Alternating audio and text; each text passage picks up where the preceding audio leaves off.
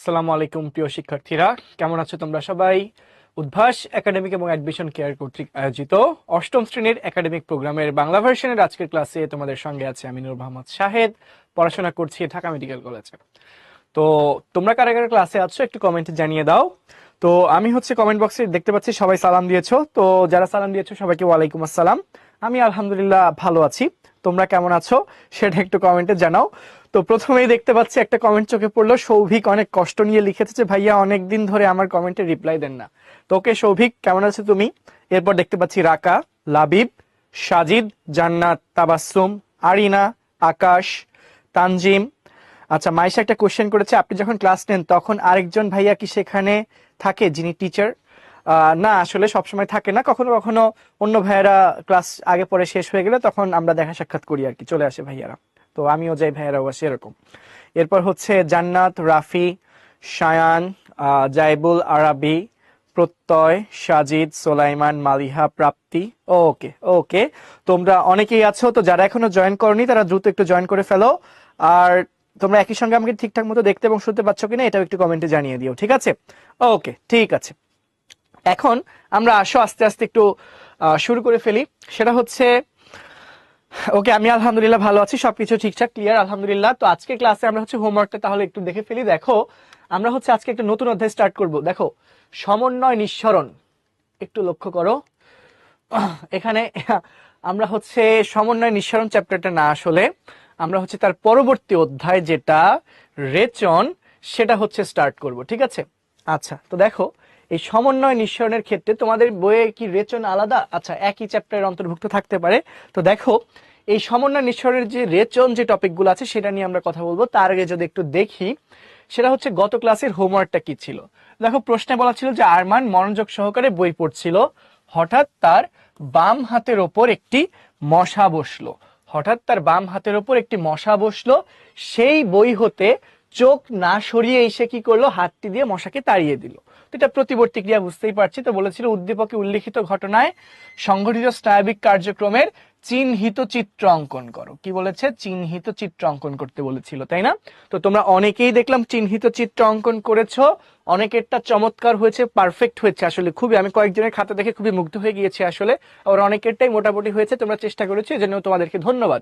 কিন্তু কিছু পাপি আছে যারা হোমওয়ার্ক আপলোডই করে নাই, ওদেরকে মাইট দেওয়া উচিত। তোমরা অবশ্যই চেষ্টা করবা, ঠিক আছে? কেমন হলো না হলো সেটা তো আমি ফিডব্যাক জানাবো, তো সেই অনুযায়ী তুমি কিন্তু ইমপ্রুভ করতে পারবা, ঠিক আছে? সেই জন্য অবশ্যই আমরা হোমওয়ার্কগুলো আপলোড করে ফেলবো। এরপর দেখো কি বলেছে, মশার কামড়ে সাড়া দেওয়ার বিষয়টি মস্তিষ্ক দ্বারা নিয়ন্ত্রিত হয়নি। কি বলেছিল এটা? মস্তিষ্ক দ্বারা নিয়ন্ত্রিত হয়নি, ঠিক আছে? তো দেখো, মস্তিষ্ক দ্বারা নিয়ন্ত্রিত হয়নি মানে কি? কারণ এটা সুষুম্না কাণ্ড অর্থাৎ মেরুরজ্জু দ্বারা নিয়ন্ত্রিত হয়েছিল, তাই না? তো এটাই আমাদেরকে সুন্দর করে ব্যাখ্যা করে গুছিয়ে লিখতে হবে, ঠিক আছে? ওকে ওকে, এখন আসো আমরা একটু সামনে যাই। সেটা আজকে আমরা আলোচনা করব রেচনতন্ত্র এবং এই রিলেটেড নমুনা সৃজনশীল গুলো নিয়ে, ঠিক আছে? ওকে, আমি একদিন এইচডব্লিউ করি না, এটা তো ভালো কথা হইলো না, সিফাত।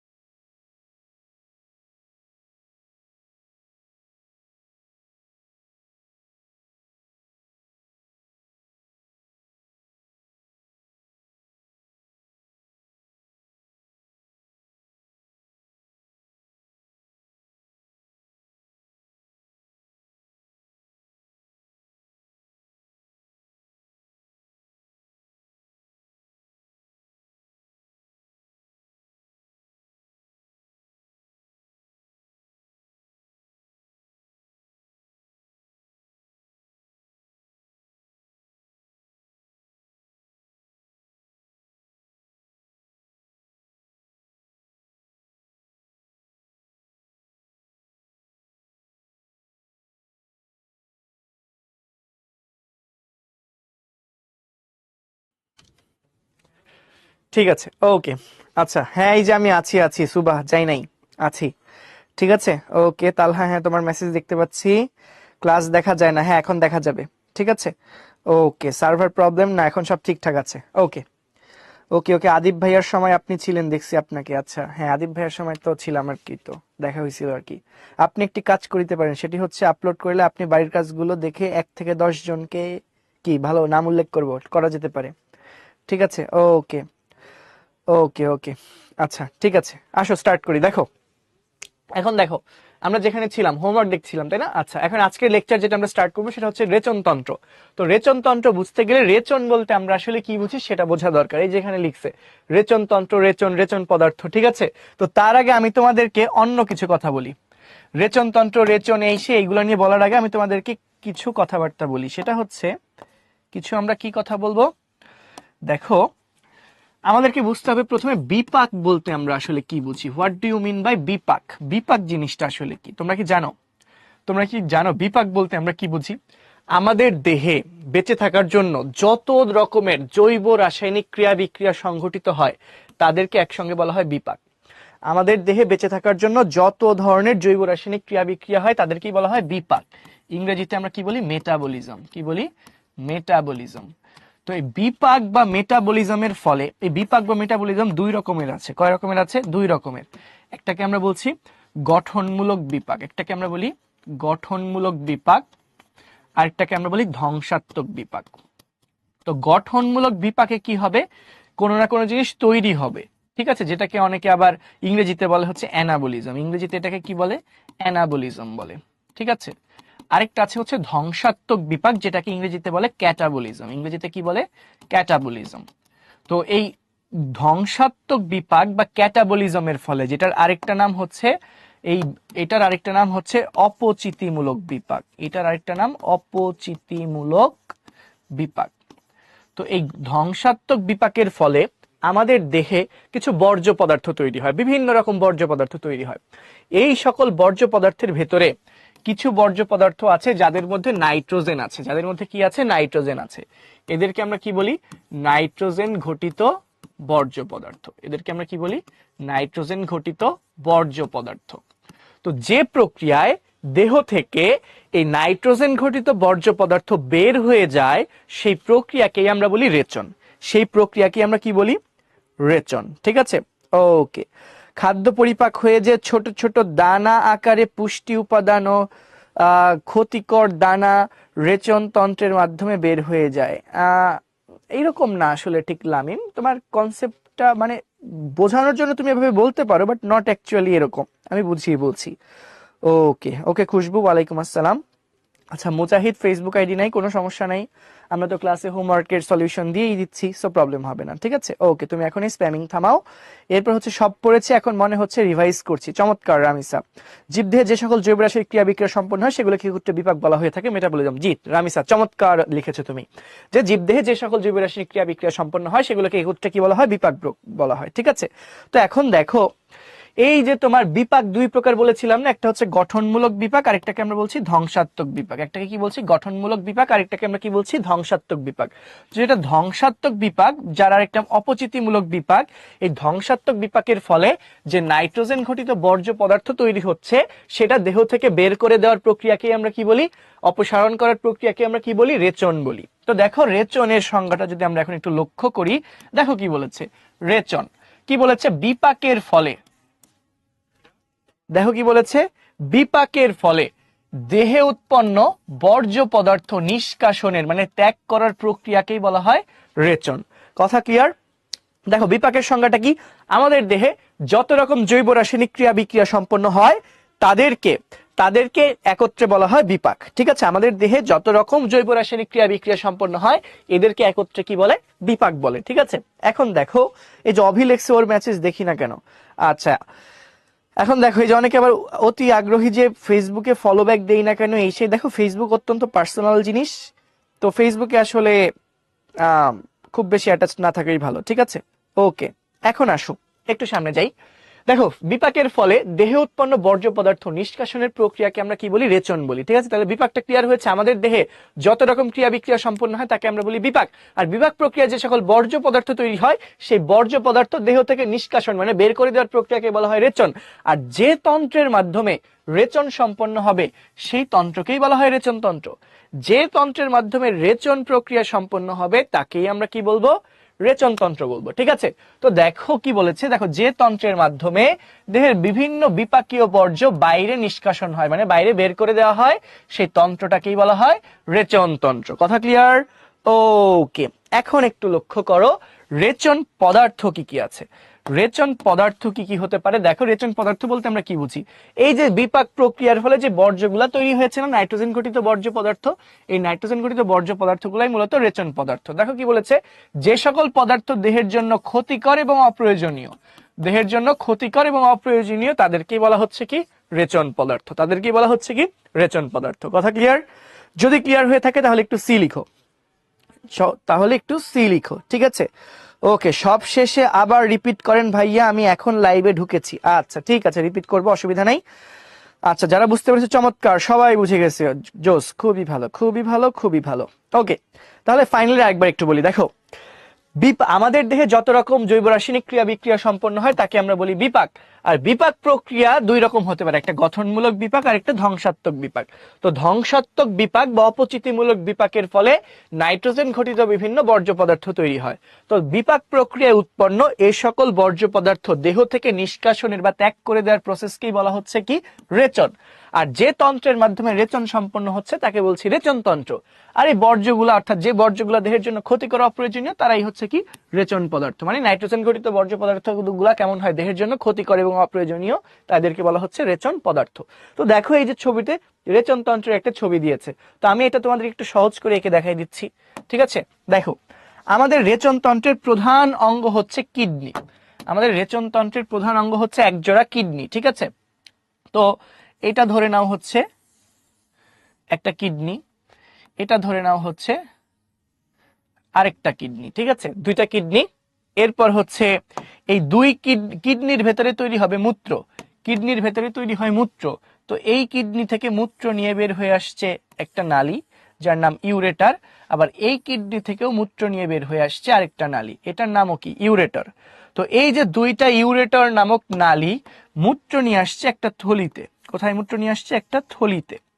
এই থলিটার ভেতরে মূত্র সাময়িক সময়ের জন্য জমা থাকে, তাই এই থলিটাকে বলা হয় মূত্রথলি। এবং সবশেষ একটা নালী যেটাকে আমরা বলি মূত্রনালী, এবং এই মূত্রনালী দিয়েই হচ্ছে তোমার মূত্রটা বাইরে বের হয়ে যাচ্ছে। ঠিক আছে, এখন এটা তো কিডনি, কিডনির ভেতরে অনেক কোষ আছে না? তো কোষগুলোর জন্য খাদ্য, পুষ্টি উপাদান, অক্সিজেন ইত্যাদির দরকার হয় না? কোষের জন্য কি দরকার? খাদ্য, পুষ্টি, অক্সিজেন, এগুলোর দরকার হয়। এই জন্য এই কিডনিতে খাদ্য, পুষ্টি ইত্যাদি উপাদান নিয়ে আসবে কি? রক্ত। তো রক্ত আসার জন্য তো রক্তনালী লাগবে। তো এই দেখো, এটা হচ্ছে একটা রক্তনালী যেটা হচ্ছে কিডনিতে হচ্ছে খাদ্য, পুষ্টি, অক্সিজেন নিয়ে আসলো। ঠিক আছে, এই যে এটা এই কিডনিতে গেল, এটা এই কিডনিতে গেল, তাহলে আমরা রক্তনালী দেখে ফেললাম। ঠিক আছে, আচ্ছা, এরপর হচ্ছে আরেকটা রক্তনালী হচ্ছে কিডনি থেকে বিশুদ্ধ রক্ত আবার শরীরে ফিরিয়ে নিয়ে যাবে, সেটা হচ্ছে যে আরেকটা রক্তনালী, এটা হচ্ছে শিরা আর কি। ঠিক আছে, এই যে এটা হচ্ছে শিরা। তো এই ছবিতে হচ্ছে এরকমই দেখানো ছিল, এই যে। ঠিক আছে, এই ছবিটাই দেখো তোমাদের পাশের ছবিতে আগের পেজে দেখানো ছিল, এই যে এখানে, এই যে এখানে দেখানো ছিল, যেটা আমি মাত্রই আঁকলাম। তো কিডনির উপরে আবার টুপির মতো দুইটা গ্রন্থি আছে। কিডনির উপরে কি আছে? টুপির মতো দুইটা গ্রন্থি আছে। ঠিক আছে, কিডনির উপরে টুপির মতো দুইটা গ্রন্থি লেগে থাকে, এই যে ক্যাপের মতো। এই গ্রন্থির নাম হচ্ছে অ্যাড্রেনাল গ্রন্থি। কি নাম? অ্যাড্রেনাল গ্রন্থি। ঠিক আছে, এই হচ্ছে আমাদের রেচনতন্ত্র, এই যে ছবিটা আঁকলাম। আচ্ছা, এখন একটা চমৎকার প্রশ্ন, যে কিডনি ওপরে নিচে কেন? ময়ূখ সাহা জিজ্ঞাসা করেছে। ঠিক আছে, তার আগে একটু মার্ক করে নেই। দেখো, তাহলে আমরা একটু মার্ক করে নিই। ঠিক আছে, তাহলে এটা হচ্ছে কি? কিডনি। এটা কি? বৃক্ক। কিডনির বাংলা হচ্ছে বৃক্ক। তো এটা ডান সাইডে আছে, দিস ইজ ডান বৃক্ক এন্ড দিস ইজ বাম বৃক্ক। ঠিক আছে, ডান বৃক্ক, বাম বৃক্ক। এবং এই যে নালীগুলা যে বের হয়ে আসছে না, এই নালীকে বলা হয় ইউরেটার। কি বলা হয়? ইউরেটার। ঠিক আছে, ইউরেটার বাংলা নামটা হচ্ছে, আরেকটা নাম আছে ইউরেটারের, সেটা হচ্ছে গোবিনী। ইউরেটরের বাংলা নামটা হচ্ছে গোবিনী। ঠিক আছে, এরপর এরপর এই যে একটা থলি দেখতে পাচ্ছি না, এটাকে আমরা বলি হচ্ছে মূত্রথলি। কি বলি, মূত্রথলি, কারণ এখানে মূত্র সাময়িক সময়ের জন্য জমা থাকে। আর ছোট্ট যে একটা নালীর মতো অংশ, দিস ইজ মূত্র নালী। ইংরেজিতে অনেকে এটাকে ইউরেথ্রাও বলে থাকে। কি বলে থাকে? ইউরেথ্রা বলে থাকে। ঠিক আছে, ওকে। আর আর এই যে তোমার গ্রন্থি আঁকেছি না, এটার নাম হচ্ছে অ্যাড্রেনাল গ্রন্থি। অনেকে এটাকে সুপ্রারেনাল গ্রন্থিও বলে। অ্যাড্রেনাল গ্রন্থি, অনেকে এইটাকে অ্যাড্রেনাল গ্রন্থিকে সুপ্রারেনাল গ্রন্থিও বলে থাকে। সুপ্রারেনাল গ্রন্থি। ঠিক আছে, ওকে।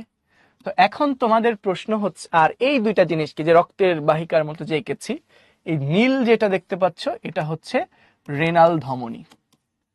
কিডনিতে রক্ত নিয়ে আসবে, নামটা কি? রেনাল ধমনী। আর এই লাল নীল যেটা এঁকেছি এটার নাম হচ্ছে রেনাল শিরা। এটা হচ্ছে কিডনি থেকে রক্ত শরীরে ফিরিয়ে নিয়ে যাবে, এটার নাম কি? রেনাল শিরা। ঠিক আছে, এখন তোমাদের একটা মনে প্রশ্ন জেগেছে যে ভাইয়া কিডনি একটা নিচে একটা উপরে, মানে ডান কিডনি নিচে বাম কিডনি উপরে কেন? কারণ ডান সাইডে থাকে আমাদের যকৃত মানে লিভার, যেটাকে তোমরা কলিজা বলে থাকো। ঠিক আছে, তো এইখানে থাকে হচ্ছে কি লিভার। তো লিভার থাকার কারণে এই যে এখানে এরকম কি থাকে? লিভার থাকে। এই লিভার থাকার কারণে ডান কিডনিটা একটু নিচে থাকে, বাম কিডনিটা একটু উপরে থাকে। This is the liver. ঠিক আছে, এটা হচ্ছে কলিজা। তোমরা বলো না কলিজা কলিজা, এটা হচ্ছে কলিজা। না, ছোট বড় হতে পারে না। ঠিক আছে, ওকে। এখন তোমাদের প্রশ্নগুলো একটু দেখি। কি কি প্রশ্ন? এত প্রশ্ন। স্যার কিডনি খারাপ হলে মানুষ মারা যাবে? অবশ্যই। আচ্ছা, এই রোনালদো মেসি মেসি করা বন্ধ করো তো, আমি ফুটবল খেলা দেখি না, বিশেষ করে ক্লাব ফুটবল তো একদমই দেখি না, এগুলো নিয়ে আমার কোনো নলেজ নেই এখন।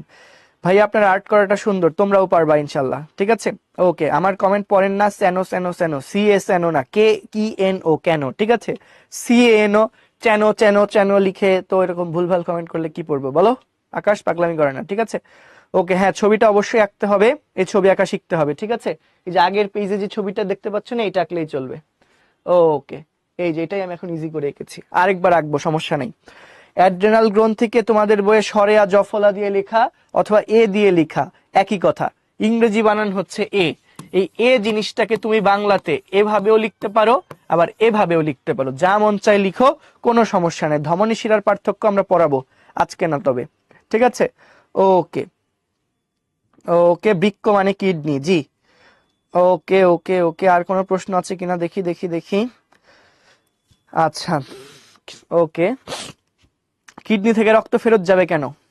আচ্ছা ভাই, আপনি আমার নাম না হোমওয়ার্ক কি দেখি নাই জানি না, তোমার কমেন্ট আসার আগেই চলে গেছে। স্যার আমি কি, আমার কিডনি ডিজিজ আছে, সুস্থ হয়ে যাও, দোয়া করি। ওকে। হোয়াই কিডনি, লেফট কিডনি কেন উপরে, রাইট কিডনি কেন উপরে? ঠিক আছে, লেফট কিডনি কেন উপরে, রাইট কিডনি কেন নিচে? এই যে দেখাইলাম, লিভার যকৃতের অবস্থানের কারণে। এটা হচ্ছে যকৃত, দিস ইজ যকৃত, দিস ইজ যকৃত। যকৃত থাকার কারণে ডান কিডনিটা হয় একটু নিচে, আমাদের ডান পাশে থাকে যকৃত। ঠিক আছে, বিশাল যকৃতটা ডান দিকে থাকার কারণে ডান কিডনিটা নিচে, বাম কিডনিটা উপরে। ওকে। এই টুপির কাজটা কি? টুপি একটা গ্রন্থি, অ্যাড্রেনাল গ্রন্থি, এটা হরমোন ক্ষরণ করে। ঠিক আছে, ওকে, কথা ক্লিয়ার? আচ্ছা, ঠিক আছে। কোনটা বেশি ইম্পর্টেন্ট? দুইটাই ইম্পর্টেন্ট, কোনটা কম কোনটা বেশি এরকম কোনো হিসাব নেই, দুইটাই ইম্পর্টেন্ট। ঠিক আছে, ওকে। আচ্ছা, কি প্লিজ উত্তর দেন, আপনার প্রশ্নটাই তো আমি পড়তে পারিনি, এখানে মানে হাজার হাজার কমেন্ট আসতেছে, আমি এখানে খুঁজে পাচ্ছি না। ঠিক আছে, আমি আপনার প্রশ্ন পারলে অবশ্যই, মানে প্রশ্ন চোখে দেখলে অবশ্যই উত্তর দিব। আমাকে সরাসরি দেখতে চান, উদ্ভাসের কোনো না কোনো ব্রাঞ্চেই পাবেন। ঠিক আছে, কোনো না কোনো ব্রাঞ্চেই পাবেন উদ্ভাসের, অফলাইনে ক্লাস তো নেই। ঠিক আছে, ওকে ওকে ওকে। রেনাল, কলিজা বুকে থাকে না, না কলিজা বুকের দিকে, মানে অ্যাকচুয়ালি পেটে থাকে, কিডনির উপরে। ঠিক আছে, ওকে। ক্ষরণ কি? ক্ষরণ কি? ক্ষরণ মানে নিঃসরণ, মানে ত্যাগ করা। ওকে, হ্যাঁ, রেনাল আর বৃক্ক সেম। ওকে, ক্ষরণ মানে ত্যাগ করা। ঠিক আছে, ওকে। আচ্ছা, এখন একটু খেয়াল করো, তাহলে বিষয়টা ক্লিয়ার হয়েছে। দিস ইজ রেচনতন্ত্র। ছবিটা যে এঁকেছি এটা কিসের ছবি? রেচনতন্ত্রের ছবি। ঠিক আছে, মানব রেচনতন্ত্রের ছবিটা কিসের ছবি? মানব রেচনতন্ত্র।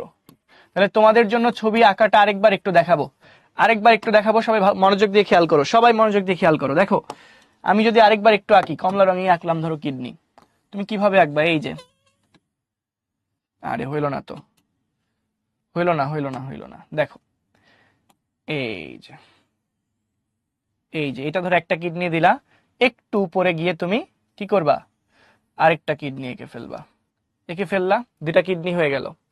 আচ্ছা, এখন তোমার যে কাজটা হবে সেটা হচ্ছে ইউরেটার এঁকে ফেলা। কিডনি থেকে যে বের হয়ে আসবে কি ইউরেটার, কি বের হয়ে আসবে ইউরেটার। দেখো গোড়ার দিকটা মোটা, নিচের দিকটা সরু, এই যে বের হয়ে আসলো ইউরেটার, গোড়ার দিকটা মোটা, নিচের দিকটা সরু। ঠিক আছে, ইউরেটার কোথায় মূত্র নিয়ে আসবে? মূত্রথলিতে। তো দিস ইজ দ্য থলি। এত বড় থাকবে না আসলে, এই যে, এই যে, এত মোটাও না, এই যে,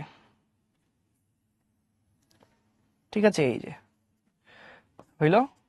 আচ্ছা, এই যে দেখো আমাদের মূত্রথলি তৈরি হয়ে গেছে। এটাই হচ্ছে অ্যাকচুয়াল রেচন তন্ত্র, এটাই হচ্ছে অ্যাকচুয়াল রেচন তন্ত্র। ঠিক আছে, এছাড়াও কি থাকবে, কিডনির উপরে একটা গ্রন্থি থাকে যার নাম আমি অলরেডি বলেছিলাম তোমাদের। কি গ্রন্থি বলতো? অ্যাড্রেনাল গ্রন্থি বা সুপ্রারেনাল গ্রন্থি। কি নাম? অ্যাড্রেনাল গ্রন্থি বা সুপ্রারেনাল গ্রন্থি। দুই কিডনির উপরে দুইটা অ্যাড্রেনাল আর সুপ্রারেনাল গ্রন্থি থাকবে।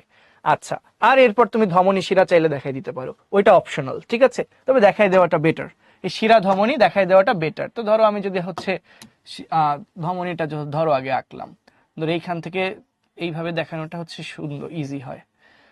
এই যে,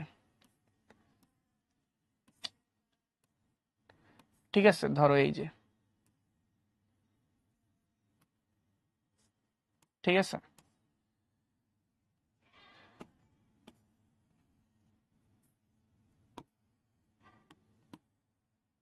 এই যে ধরো ধমনী এঁকে ফেললাম। ঠিক আছে, এটা হচ্ছে কি ধমনী, এটা হচ্ছে কি রেনাল ধমনী।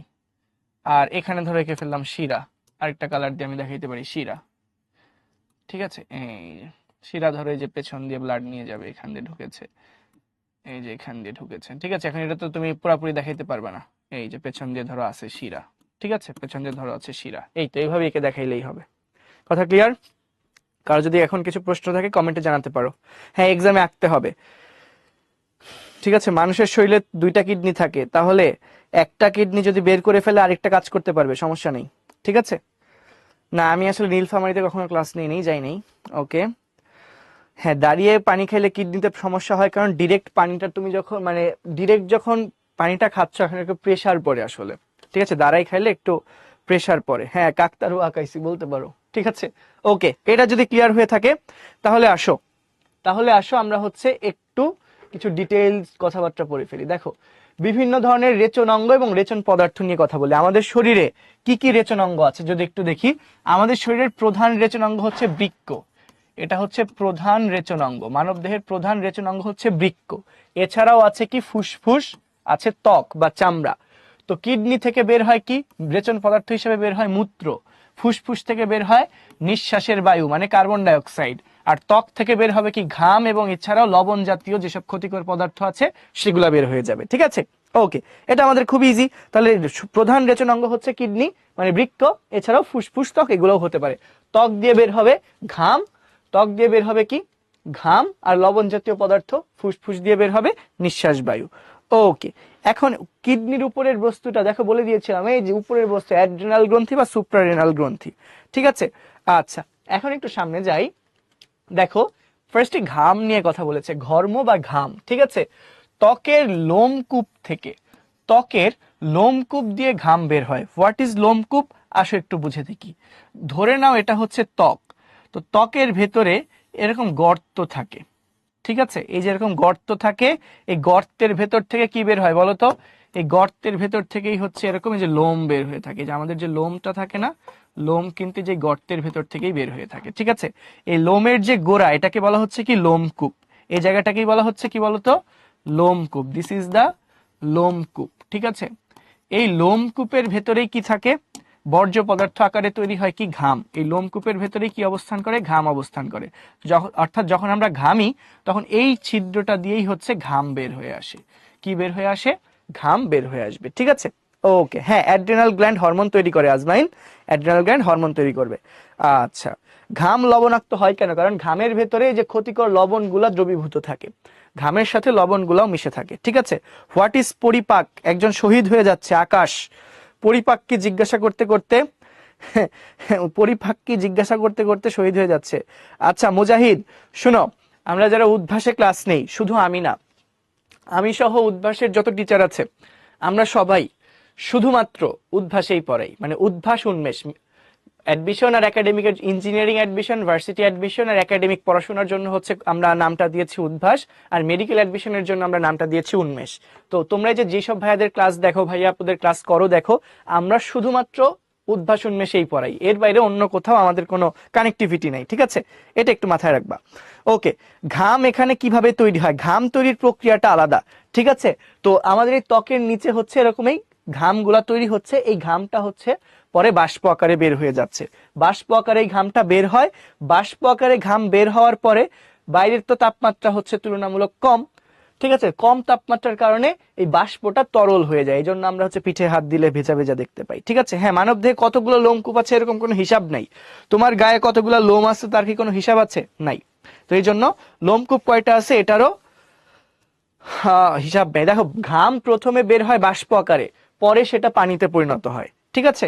ঘাম বের হয় বাষ্প আকারে, পরে সেটা, সরি উল্টা বললাম, সরি সরি সরি, বের হয় তরল আকারেই, পরে সেটা বাষ্পে পরিণত হয়ে যায়, ঠিক আছে? বের হয় তরল আকারে, যে তরল ঘাম বের হয়ে আসবে, উল্টা বলছি, দেখো ঘাম কিন্তু তরল আকারে বের হয়ে আসবে, পরে সেটা বাষ্পে পরিণত হবে।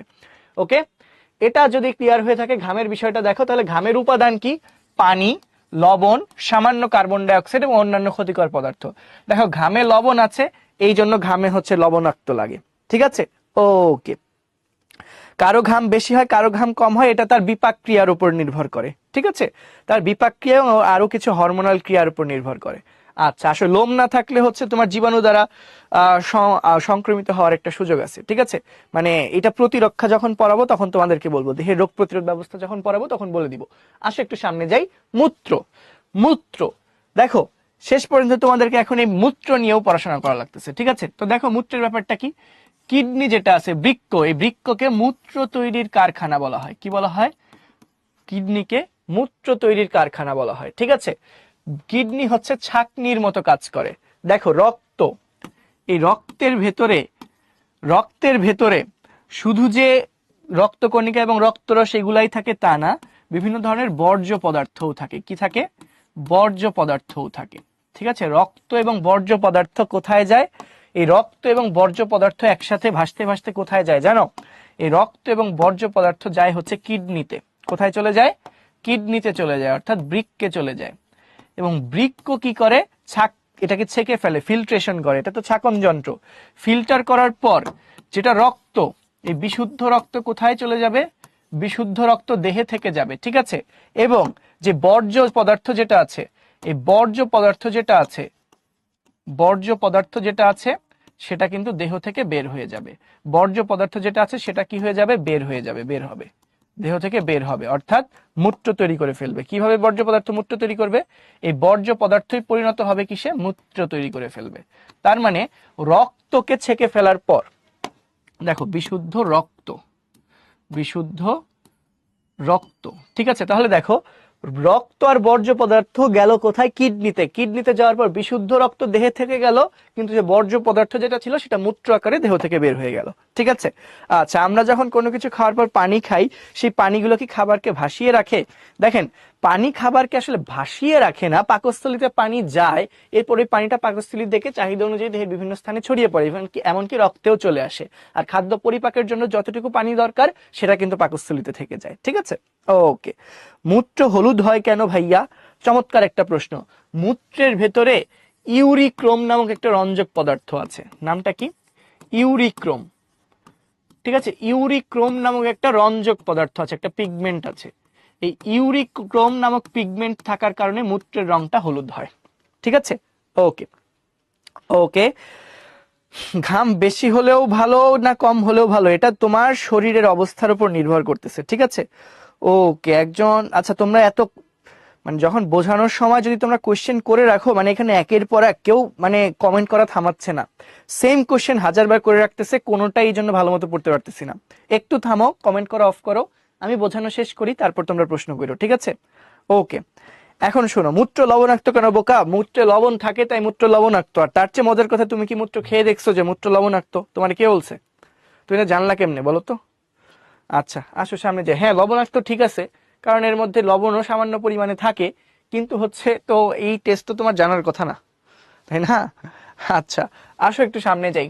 দেখো মূত্রের মাধ্যমেই দেহের শতকরা 80% নাইট্রোজেন ঘটিত বর্জ্য পদার্থ পরিত্যক্ত হয়। বলেছিলাম না কি হবে, এই যে নাইট্রোজেন ঘটিত বর্জ্য পদার্থ দেহ থেকে বের হয়ে যাবে রেচনের মাধ্যমে।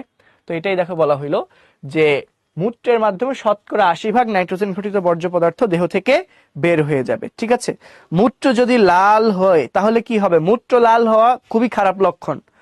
মূত্র লাল হওয়া খুবই খারাপ লক্ষণ, তার মানে আপনার রক্তে পানির পরিমাণ কমে গেছে, রক্ত ঘন হয়ে গেছে, দেহে পানি শূন্যতা দেখা দিচ্ছে, এরকম সময় হচ্ছে কিডনি নষ্ট হওয়ার একটা রিস্ক থাকে কিন্তু। ঠিক আছে, ওকে। এখন আসো সামনে যাই। শোনো, তোমরা যদি দুষ্টামি করো আমি এমন রোস্টিং করব, বুঝছো? আমার সাথে যদি দুষ্টামি করতে আসো একদম পুরো রোস্ট হয়ে, বুঝছো, একদম কি হয়ে যাবে, একদম কাবাব হয়ে যাবে। রোস্ট তো না, একদম কাবাব বানাই ফেলবো। সাবধান, দুষ্টামি করো না আমার সাথে। আসো সামনে যাই। দেখো যকৃৎ নিয়ে কথা বলতেছি। যকৃৎ মানে কি? লিভার, অনেকে এটাকে কলিজা বলে, সেটাই যকৃৎ। আমাদের দেহে অতিরিক্ত অ্যামাইনো অ্যাসিডকে ভেঙে ইউরিয়া, ইউরিক অ্যাসিড, অ্যামোনিয়া ইত্যাদি নাইট্রোজেন ঘটিত বর্জ্য পদার্থে পরিণত করে। তার মানে নাইট্রোজেন ঘটিত বর্জ্য পদার্থ কোনটা আছে?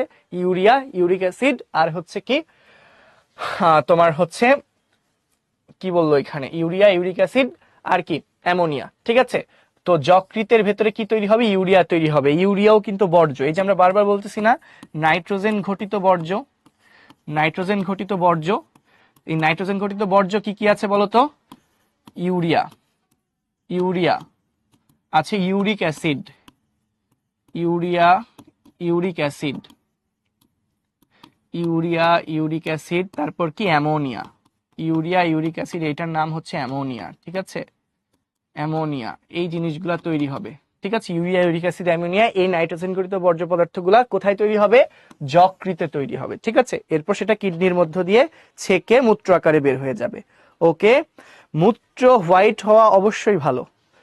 ঠিক আছে, মূত্র হোয়াইট হওয়া অবশ্যই ভালো, কারণ এখানে পানির পরিমাণ বেশি আছে। তো এখন তোমাদের জন্য অপেক্ষা করছে কিছু এমসিকিউ। ঠিক আছে, যে এমসিকিউ গুলো তো আমরা পরে আলোচনা করতেই পারবো, তার আগে তোমাদেরকে একটা জিনিস সামারাইজ করি। সবাই লক্ষ্য করো, আমরা যে খাবার খাই এগুলো হচ্ছে জটিল খাবার। কেমন খাবার? জটিল খাবার। এই জটিল খাবার আমাদের দেহ গ্রহণ করতে পারে না, তো এদেরকে কিসে পরিণত করার দরকার হয়? সরল খাদ্য উপাদানে পরিণত করার দরকার হয়। তো কোন প্রক্রিয়ায় জটিল খাবার সরল খাদ্য উপাদানে পরিণত হয় আমরা সবাই জানি। প্রক্রিয়াটার নাম হচ্ছে পরিপাক। প্রক্রিয়াটার নাম কি? পরিপাক। তো পরিপাক একটা তন্ত্রের মধ্যে সম্পন্ন হয়, এই তন্ত্রটাকে বলা হয় পরিপাক তন্ত্র। তো ধরে নাও দিস ইজ দ্য পরিপাক তন্ত্র আমি বুঝাইলাম, মানে পৌষ্টিক নালী বুঝাইলাম। তো এই পরিপাকৃত সরল খাদ্য, এই পরিপাকৃত সরল খাদ্য কি হবে? এই পরিপাকৃত সরল খাদ্য হচ্ছে কোথায় চলে আসবে? কোষে চলে আসবে। কি হবে? পরিপাকৃত সরল খাদ্য বস্তু কোথায় চলে আসবে বলো? কোষে চলে আসবে। ঠিক আছে, তো ধরে নাও দিস ওয়ান ইজ কোষ। এই যে আমি জিনিসটা এঁকেছি এটা কি একটা কোষ। ঠিক আছে, তো কোষের ভেতরে খাদ্য আসছে। তো এই খাদ্য থেকে খাদ্য কি করবে? অক্সিজেনের সাথে বিক্রিয়া করবে। কার সাথে? অক্সিজেনের সাথে। তৈরি করবে কি? কার্বন ডাই অক্সাইড, তারপরে হচ্ছে পানি এবং শক্তি, তাই না? এই প্রক্রিয়াকে আমরা বলি কি? শ্বসন প্রক্রিয়া। কি বলি? শ্বসন প্রক্রিয়া। এই যে তোমার কার্বন ডাই অক্সাইডটা তৈরি হয়েছে না, এই যে কার্বন ডাই অক্সাইডটা তৈরি হয়েছে না, এটা কোথায় চলে আসবে? কোষ থেকে চলে আসবে হচ্ছে রক্তে। কোষ থেকে চলে আসবে কোথায়? রক্তে। ঠিক আছে, তো রক্তের সাথে মিশে যাবে কে? Carbon die oxide. কোষ থেকে চলে আসবে রক্তে, রক্তে চলে যাবে কে? Carbon die oxide. এই রক্তের মধ্য দিয়ে কার্বন ডাই অক্সাইড কোথায় যাবে জানো? রক্তের মধ্য দিয়ে কার্বন ডাই অক্সাইড চলে যাবে হচ্ছে তোমার ডাইরেক্ট চলে যাবে হচ্ছে, আগে যাবে হৃৎপিণ্ডে, হৃৎপিণ্ড থেকে চলে যাবে ফুসফুসে। তো এরপর ফুসফুস থেকে এই কার্বন ডাই অক্সাইড কি হয়ে যাবে? নিঃশ্বাসের সাথে বের হয়ে যাবে। নিঃশ্বাসের সাথে কি বের হয়ে যাবে? কার্বন ডাই অক্সাইড বের হয়ে যাবে। তাহলে একটা বর্জ্য পদার্থ বের হয়ে গেল। হইলো? একটা বর্জ্য পদার্থ বের হয়ে গেল। আচ্ছা, এরপর দেখো এই যে খাদ্য উপাদান তো কোষে গিয়েছিলই, খাদ্য উপাদানের কিছুটা আবার কোথায় যাবে? অতিরিক্ত খাদ্য উপাদান আবার কি হবে জানো? খাদ্য উপাদান আরেকটা জায়গায় যাবে, সেই জায়গাটার নাম হচ্ছে যকৃৎ। আমরা একটু অন্য কালারে আঁকাই। খাদ্য উপাদান কোথায় যাবে? আরেকটা বিশেষ অঙ্গে যাবে। এই অঙ্গটার নাম কি জানো? এই অঙ্গটার নাম হচ্ছে যকৃৎ। আমি ছোট্ট করে এর পরিচয়টা লিখে রাখতাম। এই অঙ্গটার নাম হচ্ছে যকৃৎ। ঠিক আছে, তো যকৃতের ভেতরে খাদ্য আসছে। তো এই অতিরিক্ত খাদ্য যেগুলা, অতিরিক্ত খাদ্য যকৃতে ভেঙে চুরে বিভিন্ন জিনিসে পরিণত হবে। যেমন যদি আমরা গ্লুকোজের কথা বলি, পরিপাকের ফলে শর্করা থেকে তো গ্লুকোজ তৈরি হয়। তো যকৃতে অতিরিক্ত গ্লুকোজ কিসে পরিণত হবে? গ্লাইকোজেনে পরিণত হবে। কিসে পরিণত হবে? গ্লাইকোজেনে। ঠিক আছে, এরপর যদি আমরা অ্যামাইনো অ্যাসিডের কথা বলি, মানে পরিপাকের ফলে আমিষ ভেঙে তৈরি হয় অ্যামাইনো অ্যাসিড। ঠিক আছে, তো এই অ্যামাইনো অ্যাসিড, এই অ্যামাইনো অ্যাসিড, অ্যামাইনো অ্যাসিড, এই অ্যামাইনো অ্যাসিড ভেঙে চুরে বিভিন্নভাবে কিসে পরিণত হবে জানো? ইউরিয়াতে পরিণত হবে। কিসে পরিণত হবে? ইউরিয়া।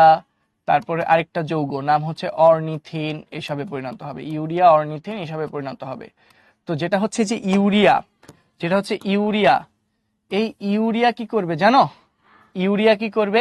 ইউরিয়া চলে আসবে রক্তে। কোথায় চলে আসবে? রক্তে।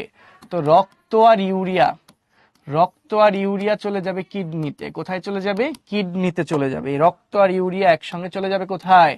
কিডনিতে চলে আসবে। ঠিক আছে, এই যে ধরো হচ্ছে কিডনি। ঠিক আছে, এই যে কিডনি। তো কিডনিতে চলে আসছে কি? রক্ত ইউরিয়া। তো রক্ত ইউরিয়া কিডনিতে আসার পর, রক্ত ইউরিয়া কিডনিতে আসার পর এখান থেকে রক্ত হচ্ছে বিশুদ্ধ রক্ত বের হয়ে যাবে। কি হয়ে যাবে? বিশুদ্ধ রক্ত বের হয়ে যাবে।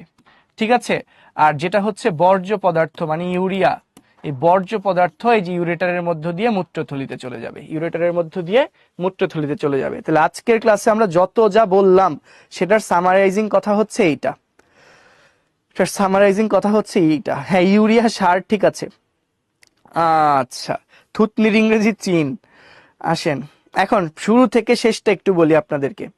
হ্যাঁ, শুরু থেকে শেষটা বলি। অ্যামাইনো অ্যাসিডের সিম্বল কি? অ্যামাইনো অ্যাসিডের কোনো সিম্বল নাই। অ্যামাইনো অ্যাসিড অনেক ধরনের আছে, বুঝছেন, একটা নির্দিষ্ট জিনিস না। আচ্ছা, এখন একটু শুনেন, শুরু থেকে বলি।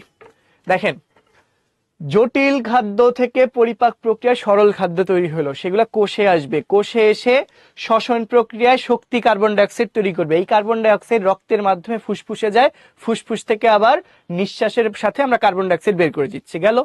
আচ্ছা, অতিরিক্ত যে খাদ্য সেটা লিভারে চলে যাচ্ছে, যকৃতে চলে যাচ্ছে। তো যকৃতে দেখা যায় অতিরিক্ত গ্লুকোজ গ্লাইকোজেনে পরিণত হয়ে জমা থাকে।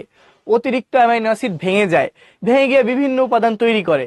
এর মধ্যে অন্যতম দুটো উপাদান হচ্ছে ইউরিয়া এবং অর্নিথিন। ঠিক আছে, তো ইউরিয়া একটা নাইট্রোজেন ঘটিত বর্জ্য পদার্থ।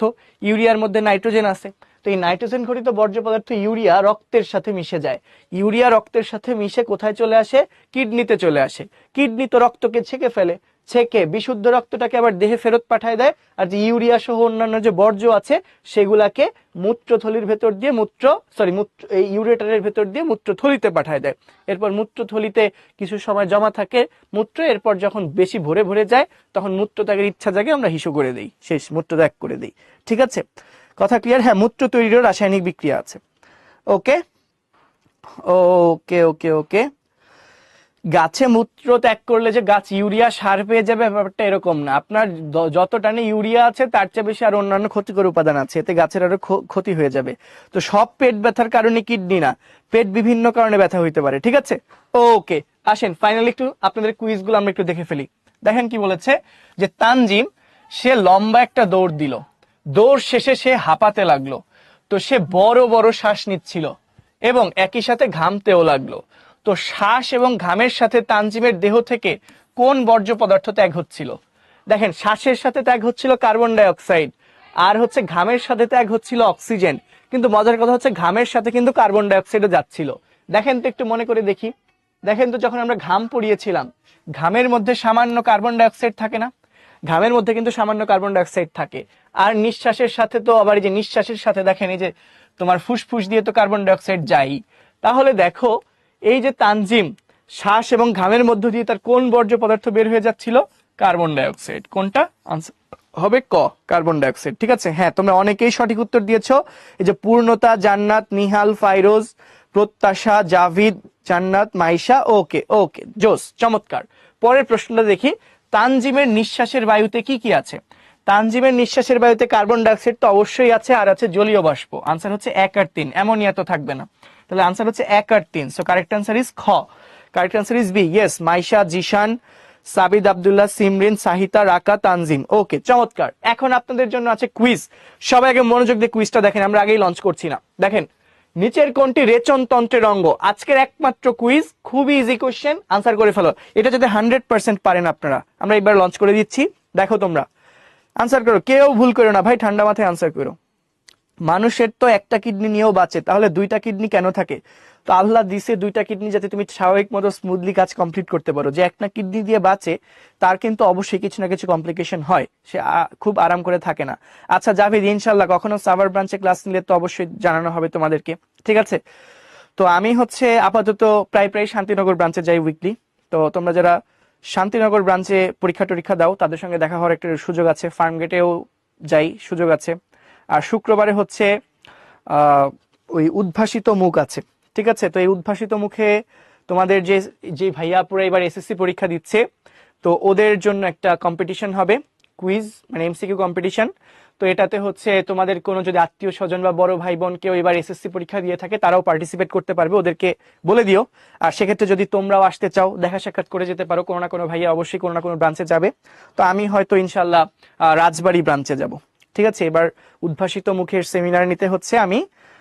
ওদিন যারা পরীক্ষা দিতে আসবে তাদের সঙ্গে রাজবাড়ির ব্রাঞ্চে দেখা হবে আমার ইনশাল্লাহ। যদি রাজবাড়ির কেউ থাকো তাদের সঙ্গে হচ্ছে উদ্ভাসের যে রাজবাড়ির ব্রাঞ্চটা আছে সেখানে দেখা হবে ইনশাল্লাহ, ঠিক আছে? ওকে, এটা আমি আগে থেকেই বলে দিলাম। যাও, যারা কেউ রাজবাড়ির থাকলে তার সঙ্গে দেখা হবে। উত্তরার ব্রাঞ্চে যদি কখনো যাই জানাবো, ঠিক আছে? যাই এক এক সময় তো এক এক সময়, ঠিক আছে? আচ্ছা, ফরিদপুরে হচ্ছে এর আগে গিয়েছিলাম। ফরিদপুর ব্রাঞ্চে লাস্ট গিয়েছিলাম হচ্ছে যে তোমাদের ম্যাথ অলিম্পিয়াড যখন হয় তখন গিয়েছিলাম ফরিদপুরে, ঠিক আছে? অ্যাডমিশনে এই বছরও মানিকগঞ্জ গিয়েছি। ওকে, আর মালিবাগে তো হ্যাঁ অ্যাডমিশনে প্রায় প্রায় যাওয়া হয়। ওকে, ঠিক আছে, তাহলে আমরা আনসারটা এখন ক্লোজ করে দিচ্ছি। কিন্তু দুঃখের বিষয় হচ্ছে আপনারা ভুল করেছেন অনেকেই। যদিও 87% স্টুডেন্ট কারেক্ট আনসার দিতে পেরেছেন, তারপরেও অনেকে ভুল করেন, ঠিক আছে? ওকে, আচ্ছা, মিরপুরে লাস্ট উইকেও গিয়েছিলাম, মিরপুর ব্রাঞ্চে। তো অ্যাডমিশনের ক্লাস ছিল আসলে। ওকে, হ্যাঁ মিরপুর 10-এ, ওই যে স্টেডিয়ামের অপোজিটে যেটা। ওকে, আমরা হচ্ছে লিডার বোর্ডটা যদি একটু দেখে ফেলি। লিডার বোর্ডটা পাবলিশ করে দিয়েছি, তার আগে আনসারটা বলে ফেলি। রেচন তন্ত্রের অংশ মাত্র সবারই বোঝার কথা, আনসার হবে বৃক্ক, কিডনি। তো সবচেয়ে কম সময় কারেক্ট আনসার দিয়েছে জিহান, কংগ্রাচুলেশনস জিহান। এরপর আছে অনুভব, আয়শা, বোরহান, আকাশ, লামিম, রাফি, মুবিন, মুনতাকা, সাদ চৌধুরী, সিমমিন। কংগ্রাচুলেশনস তোমাদেরকে। এর বাইরেও যারা কারেক্ট আনসার দিতে পেরেছো কিন্তু লিডার বোর্ডে নাম আসে নাই, তোমাদেরকেও অনেক অনেক অনেক অভিনন্দন, ঠিক আছে? হ্যাঁ, রংপুরেও গিয়েছি এবছরই। মেডিকেল অ্যাডমিশন টেস্টের ওরিয়েন্টেশন ক্লাস নিতে রংপুরে গিয়েছিলাম, ঠিক আছে? তোমাদের হচ্ছে যে খামার মোড়ে যে ব্রাঞ্চটা, সেখানে গিয়েছিলাম। তো আসো, এখন আসো রেচন পদার্থের জন্য, রেচন পদার্থ দেহের জন্য ক্ষতিকর এবং অপ্রয়োজনীয়, এটা আমরা জানি। তো রেচন তন্ত্রের মাধ্যমে দেহ থেকে রেচন পদার্থ নিষ্কাশিত হয়, ওকে, এটাও আমরা জানি। তো রেচন তন্ত্রের চিহ্নিত চিত্র অঙ্কন করো, অলরেডি ক্লাসে প্র্যাকটিস করিয়েছি। এরপর দেহের বর্জ্য পদার্থ রেচন অঙ্গের মাধ্যমে নিষ্কাশিত হয়, ব্যাখ্যা করো। এটাও তোমরা সুন্দর করে পড়া থেকে ব্যাখ্যা করতে পারবা। জি, রাজবাড়ী, ফরিদপুর, তামিম। ওকে ওকে ওকে, তাহলে হ্যাঁ, উত্তরণ হচ্ছে বিসিএস এর জন্য কোচিং, বুঝছো? যারা বিসিএস ক্যাডার হইতে চায় তাদের কোচিং হচ্ছে উত্তরণ, এটা উদ্ভাসেরই প্রতিষ্ঠান। ওকে, তো আজকের ক্লাস এই পর্যন্তই ছিল। ও আরেকটা ব্যাপার একটু দেখি, এটা তো নমুনা সৃজনশীল, সরি, হোমওয়ার্ক। দেখো হোমওয়ার্ক ফাইনালি দেখো, যেটা তো কিডনির ছবি দেখতেই পাচ্ছি। তো চিত্র এ, মূত্র তৈরির কারখানা বলা হয় কেন, ব্যাখ্যা করো। কিডনিকে মূত্র তৈরির কারখানা কেন বলা হয়, ব্যাখ্যা করতে বলবে। আর মানব দেহে এর গুরুত্ব মানে কিডনির গুরুত্ব কি সেটা ব্যাখ্যা করতে হবে, ঠিক আছে? ওকে, ঠিক আছে। আচ্ছা, এরপরেও অন্যান্য ব্রাঞ্চে গেলে অবশ্যই তোমাদেরকে জানাবো, ঠিক আছে? ওকে, আসো, এটা আমাদের হোমওয়ার্ক, আমরা করে গ্রুপে আপলোড করে দিব। এন্ড লাস্টলি, বরাবরের মতো আজকেও ঠিকঠাক মতো ক্লাসে থাকার জন্য তোমাদেরকে অনেক অনেক অনেক থ্যাঙ্কস। এবং আরেকটা ফিচার যেহেতু আছে, এই যে আরেকটা জিনিস, সেটা হচ্ছে কি, অনেক অনেক অনেক লাভ, ঠিক আছে? খুশি তো? যাও, অনেক অনেক লাভ দিয়ে দিলাম তোমাদেরকে। ওকে, হ্যাপি সবাই? ঠিক আছে, তাহলে ভালো থাকো। হ্যাঁ, কিসের আনসার দেই না? মাহিদা বলো, তোমার কিসের আনসার লাগবে বলো। মাহিদা, অনলি মাহিদা কোশ্চেন করো, দেখি তোমার কোশ্চেনটা আমি শুনতে চাচ্ছি। আমি কখনো ময়মনসিংহ যাই নাই আসলে। আচ্ছা, চট্টগ্রামেও যাই নাই, কুড়িগ্রাম আসলে জানাবো। আচ্ছা, এই মাহিদা তোমার কোন কোশ্চেন আমি দেখি না, বলো। শিরা আর ধমনীর ডিফারেন্স কি, মানে লাইক দুইটা কি আলাদা, বুঝান। দেখেন দেখেন মাহিদা, আপনার জন্য বলতেছি লাস্টলি, দেখেন মাহিদা একটু খেয়াল করেন। ধরে নেন এটা হচ্ছে হৃৎপিণ্ড, মানে এটা হচ্ছে হার্ট। হৃৎপিণ্ড মানে হচ্ছে হার্ট। তো যেই রক্তবাহিকা হৃৎপিণ্ডে রক্ত নিয়ে আসবে তার নাম হচ্ছে শিরা। দেহের বিভিন্ন জায়গা থেকে হৃৎপিণ্ডে রক্ত নিয়ে আসে যে, তার নাম হচ্ছে শিরা। আর হৃৎপিণ্ড থেকে দেহের যে কোনো জায়গায় রক্ত নিয়ে যাবে যে রক্তবাহিকা, তার নাম হচ্ছে ধমনী। ঠিক আছে, দেহে হৃৎপিণ্ড থেকে দেহের যে কোনো জায়গায় রক্ত নিয়ে যাবে ধমনী, আর দেহের যে কোনো জায়গা থেকে হৃৎপিণ্ডে রক্ত নিয়ে আসবে হচ্ছে শিরা। তুমি মনে রাখবা, হৃৎপিণ্ডে রক্ত নিয়ে আসলে শিরা, হৃৎপিণ্ড থেকে রক্ত নিয়ে বের হয়ে গেলে ধমনী। কথা ক্লিয়ার? এদের গঠনেও পার্থক্য আছে। ঠিক আছে, এদের গঠনেও পার্থক্য আছে। আচ্ছা অন্তরা, তুমি শান্তিনগরের, ওকে। আচ্ছা, এই গঠনেও পার্থক্য আছে। শিরার প্রাচীরটা হয় হচ্ছে পাতলা, ধমনীর প্রাচীরটা হয় হচ্ছে পুরু। ঠিক আছে, ধরে নাও এটা হচ্ছে গহ্বর, এই যে প্রাচীরটা হবে পাতলা। ঠিক আছে, এই জিনিসটা হচ্ছে কি, এই জিনিসটা হচ্ছে তুমি বুঝতে পারবে এটা হচ্ছে শিরা। আর যদি বলি ধমনী, ধমনী কিরকম হয়, গহ্বরটা হয় ছোট্ট কিন্তু প্রাচীরটা হয় এরকম মোটা। সো দিস ইজ কল্ড ধমনী। ঠিক আছে, ঠিক আছে, তোমাদের ধমনী এবং শিরার পার্থক্য ক্লিয়ার হয়েছে? একটু বেসিকটা আমি বলে দিলাম জাস্ট। কার কোশ্চেন ছিল, তোমার নামটা ভুলে গেছি, সরি। আশা করি আনসার পেয়েছো।